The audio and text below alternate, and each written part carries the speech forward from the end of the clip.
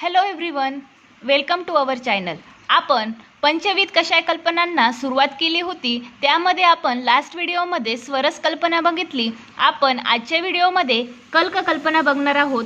कल्क कल्पना ही आपल्याला SAQ important आहे.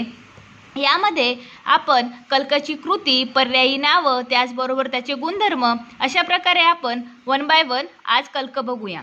तर कल्काची सर्वात अगोदर हा श्लोक महत्त्वाचा आहे. यहा पिंडो रसपिष्टाना कल्क सहा परिकर्तिकाः. यामध्ये कल्क काय असतो, याची कृती काय असते, तर सुरुवातीला ताजे वनस्पती औषधी द्रव्य घ्यायची. आपल्याला जी हवी ती ताजी वनस्पती औषधी द्रव्य घ्यायची. त्यांना कुटून वाटून बारीक एकजीव करून मृदू गोळा बनवायचा. त्याला आपण कल्क असे म्हणतो. आता कल्क म्हणजे फक्त गोळा नव्हे तर तो पातळ असणं म्हणजे सुद्धा कल्क होय. तर आता समजा जर तुम्ही त्याचा जर गोळा केला तर कल्क, आणि जर पातळ बनवला तर तो सुद्धा कल्क असतो. तर कल्क कल्पना ही पंचविध कषाय कल्पनेची कृतीच्या क्रमाप्रमाणे ही प्रथम कल्पना मानली आहे. आता प्रथम कल्पना कशी, तर आपण लास्ट व्हिडिओमध्ये बघितलं स्वरस कल्पना. त्यामध्ये जर आपल्याला स्वरस बनवायचा असला तर स्वरसमध्ये सुद्धा आपण सुरुवातीला कल्क बनवतो आणि त्यानंतर त्याला वस्त्रामधनं गाळून आपण त्याचा स्वरस बनवतो. तर अशा प्रकारे कल्क ही कल्पना पंचविध कषाय कल्पनेच्या आपण जी कृती करतो त्यामध्ये सर्वात प्रथम कल्पना मानली. बरोबर. आता पुढे बघूया. जर आपलं शुष्क द्रव्य असेल, बरोबर, आता शुष्क द्रव्य असेल तर कसं करायचं, तर काय करायचं, तर सुरुवातीला भरड चूर्ण घ्यायचं. बरोबर आहे. शुष्क द्रव्य असेल म्हणजे त्याचं भरड चूर्ण करायचं. त्यानंतर त्यामध्ये समभाग पाण्यात त्याला 6 ते 8 तास भिजत ठेवायचं. भरड चूर्ण घ्यायचं, त्याच्या समभाग पाणी घ्यायचं, त्याला 6 ते 8 तास पाण्यामध्ये भिजत ठेवायचं. त्यानंतर आता पाण्यामध्ये भिजत ठेवल्यानंतर काय होईल, पाणी त्यामध्ये शोषलं जाईल. मग पाणी शोषणे संपल्यानंतर द्रव्य पाट्यावरती वाटून घ्यायचं. आता त्यामध्ये पाणी शोषल्या जाईल, नंतर ते द्रव्य घ्यायचं आणि त्याला काय करायचं, पाटा वरवंट्याच्या साहाय्याने त्याला कुटून आणि वाटून त्याचा कल्क बनवायचा. ही कृती झाली शुष्क द्रव्यांसाठी. आणि आपण जे औषधी ताजी वनस्पती औषधी द्रव्य घ्यायची, तिला कुटून वाटून बारीक एकजीव करून गोळा करायचा किंवा पातळ करणे म्हणजे कल्क. आणि ही शुष्क द्रव्यांची दुसरी पद्धत. अशा प्रकारे आपण आता कल्काची कृती बघितली. आता आपण बघूया पर्यायी नावं. आता कल्काची पर्यायी नावं काय असतात, प्रक्षेप आणि आवाप. ही झाली कल्काची पर्यायी नावं. याची मात्रा किती सांगितलेली आहे, मात्रा सांगितलेली आहे 10 ग्राम. बरोबर.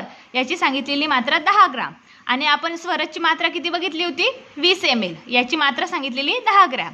आता यामध्ये प्रक्षेप द्रव्य काय, आता प्रक्षेप द्रव्य कुठली, तर आता यामध्ये प्रक्षेप द्रव्यासाठी क्रायटेरिया आहे. जसं की जर तुम्ही मध, घृत, तेल जर घेतलं तर ते कल्काच्या दुप्पट घ्यायचं. बरोबर आहे. जर तुम्ही मध आणि घृत तेल यूज करत असाल तर जेवढा कल्क असेल त्याच्या दुप्पट मध घृत तेल घ्यायचं. बरोबर. पुढे बघायचं, जर गूळ आणि साखर घ्यायचं असेल, जेवढा आपला कल्क असेल त्याच्याबरोबर गूळ आणि साखर घ्यायचं. स्वरस, दूध आणि गोमूत्र हे कल्काच्या 4 पट घ्यायचं. जर तुम्हाला स्वरस आणि दूध किंवा गोमूत्र यूज करायचं असेल प्रक्षेप द्रव्य म्हणून तर ते कल्काच्या 4 पट घ्यायचं. अशा प्रकारे हे प्रक्षेप द्रव्य झालं.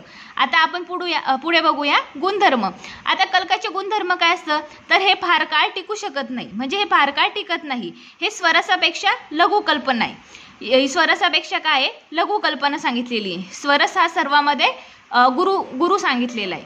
त्यानंतर पुढे बघूया, पृथ्वी व जल गुण भूविष्ठ आहे. कल्क काय आहे, पृथ्वी आणि जल गुण भूविष्ठ आहे. पुढे बघूया याचे उपयोग. आता कल्काचे काय काय उपयोग होतात, तर कल्काचे आभ्यंतर, बाह्यंतर आणि औषधी निर्माणामध्ये उपयोग होतात. तर आता आभ्यंतरमध्ये काय उपयोग होतो, तर लसूण कल्क, तिल तेल द्विगुण घ्यायचं, द्विगुण मात्रेत तीव्र वातव्याधीमध्ये यूज करतात. लसूणचा कल्क. आता लसूणचा कल्क कसा बनवला, आपण सोललेला लसूण घेतला, त्यानंतर त्याला आपण पाटा वरवंट्याच्या साहाय्याने कुटलं आणि त्याचा गोळा बनवला, म्हणजे लसूण कल्क तयार झाला. त्यामध्ये काय केलं, तेल टाकलं द्विगुण मात्रेत. बरोबर आहे. दुप्पट आपण तेल टाकलं. आणि हा कुठं यूज होतो, तर तीव्र वातव्याधी जे असतात त्या वातव्याधीमध्ये आपण याला आभ्यंतरी म्हणजे यूज करतो. त्यानंतर अपामार्ग कल्क हा जो आहे तो कशामध्ये यूज होतो, तर रक्त अर्शामध्ये यूज होतो. कोणता कल्क, तर अपामार्ग कल्क रक्त अर्शमध्ये आपण यूज करतो. हे झाले याचे अभ्यंतर उपयोग. आता बाह्यंतरमध्ये काय असतं, तर निंब कल्क. बाह्यंतर म्हणजे जर आपण त्याला लेप फॉर्मॅटमध्ये लावतो बाहेरनं म्हणजे आपल्या शरीरावरती जे लेप लावतो ती जी कल्पना म्हणजे ती बाह्यंतर त्याचा उपयोग झाला. अभ्यंतर म्हणजे आपण त्याला ओरली जे सेवन करतो ते झालं अभ्यंतर, आणि बाह्यंतर म्हणजे शरीरावरतून जो आपण लेप लावतो ते निंबकल्क, त्याचबरोबर पुनर्नवा, हरिद्राकल्क ह्या ज्या औषधी आहे या बाह्यंतर कल्पामध्ये येतात. तर यामध्ये निंबकल्क, आता निंबकल्क कुठे यूज होतो तर निंबकल्क व्रणचिकित्सेमध्ये यूज होतो. व आपल्याला जर काही व्रण झाला तर जी आपली स्किन डिसीजमध्ये आपण निंबकल्क यूज करतो. त्यानंतर जी शोधचिकित्सेमध्ये काय यूज होतो तर पुनर्नवा, हरिद्राकल्क. बरोबर. आता औषधी निर्माणामध्ये बघूया. शोधन तेल, निंबपत्र कल्क. कुष्मांड अवलं हे कुठं होतो कुष्मांड कल्क. कुष्मांड जर अवलं हे बनवायचं असेल तर कुष्मांड कल्क यूज होतो. अशा प्रकारे आपण याचे अभ्यंतर, बाह्यंतर आणि औषधी निर्माणात बघितले. आता पुढं बघूया. आमायिक प्रयोग काय होतो. हस्तपात, दाहमध्ये आपण चंदनाचा लेप लावतो. जेव्हा आपल्याला दाह झाला, हस्तपात झाला, यामध्ये आपण चंदनाचा लेप लावतो. त्यानंतर लसूण कल्क आणि गुळ समभाग. आपण लसूण कल्क घेतला आणि त्यामध्ये गुळ समभाग टाकला तर हे कुठे यूज होतो तर रुचिक दशांवर उपयुक्त, म्हणजे विंचू जर चावला तर त्यावरती आपण त्याला यूज करतो. कशाला? लसूण कल्क आणि गुळला. पुढे बघूया त्याचे उदाहरण. आता उदाहरण काय असतात कल्काचे. एक आहे निंबकल्क आणि दुसरा आहे रसंकल्क.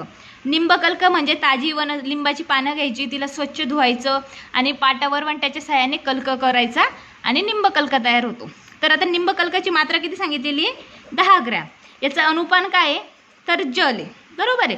आता निंबकल्काचा कुठे यूज होतो तर व्रणचिकित्सेमध्ये यूज होतो. तसंच रसंकल्क. तर रसंकल्क म्हणजे लसूणचा कल्क. तर तसंच लसूण घ्यायचं सोललेला, त्याला पाटावर वंट्याच्या साहाय्याने कुटायचं, त्यानंतर त्याचा गोळा बनवायचा. हे झालं रसंकल्क.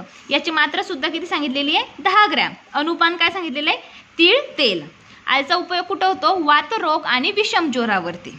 अशा प्रकारे याची 2 उदाहरणं सांगितलेली आहे. आपण अशा प्रकारे आज कल्क कल्पना बघितलेली आहे. आता आपण पुढच्या व्हिडिओमध्ये क्वात कल्पना बघूया. थँक्यू.